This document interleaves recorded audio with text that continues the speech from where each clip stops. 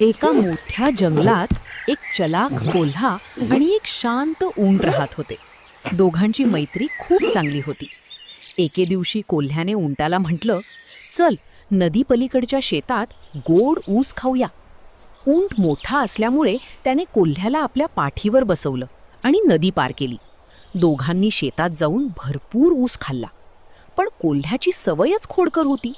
ऊस खाऊन झाल्यावर तो मोठ्याने ओरडू लागला. शेतकरी जागा झाला आणि काठी घेऊन आला.